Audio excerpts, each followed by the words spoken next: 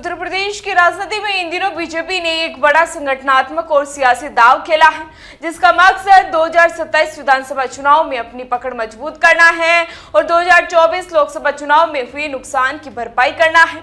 हाल ही में पार्टी ने ओबीसी समुदाय से आने वाले नेता पंकज चौधरी को प्रदेश संगठन की कमान सौंपी और अब उनकी नई टीम का ऐलान भी कर दिया है, जिसमें बीजेपी ने साफ संदेश देने की कोशिश की है कि वह जातीय और क्षेत्रीय संतुलन को बहुत ही सोच समझकर साध रही है। बता दें कि यूपी की राजनीति हमेशा से जातीय समीकरणों पर टिकी भी रही है और इसी को देखते हुए बीजेपी ने अपनी रणनीति को फिर से रीडिजाइन किया है।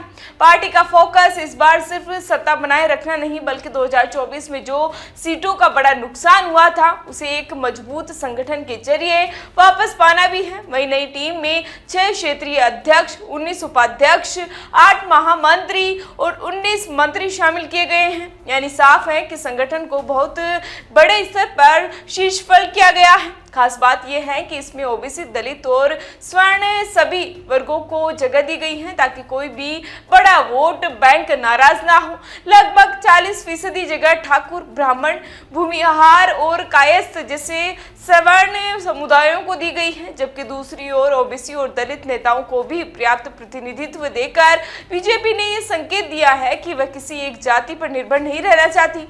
अब यहाँ एक दिलचस्प का सवाल उठता है कि क्या यह सिर्फ संतुलन बनाने की कोशिश है या फिर सपा के पीडीए फॉर्मूले को सीधा जवाब। दरअसल अखिलेश यादव ने पिछड़ा, दलित और अल्पसंख्यक यानी पीडीए का जो फॉर्मूला बनाया है उसने 2024 लोकसभा चुनाव में बीजेपी को यूपी में बड़ा झटका भी दिया था और सपा को मजबूत स्थिति में भी पहुंचा दिया था। इसी चुनौती से निपटने के लिए बीजेपी ने अपना जातीय मैनेजमेंट और भी मजबूत किया है। पश्चिमी यूपी में गुर्जर समाज से आने वाले नवाब सिंह नागर को क्षेत्रीय अध्यक्ष बनाना भी इसी रणनीति का हिस्सा माना जा रहा है, क्योंकि पश्चिमी यूपी में गुर्जर वोटों को लेकर सपा भी सक्रिय है।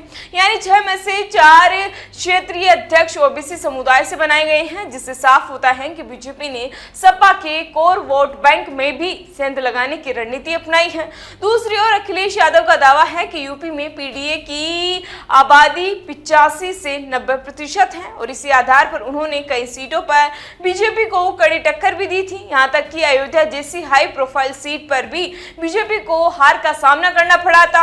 अब बीजेपी का नया लक्ष्य साफ है कि 2027 में सत्ता की हैट्रिक लगाना, यानी लगातार तीसरी बार सरकार बनाना। लेकिन यह उतना आसान भी नहीं दिखाई दे रहा है।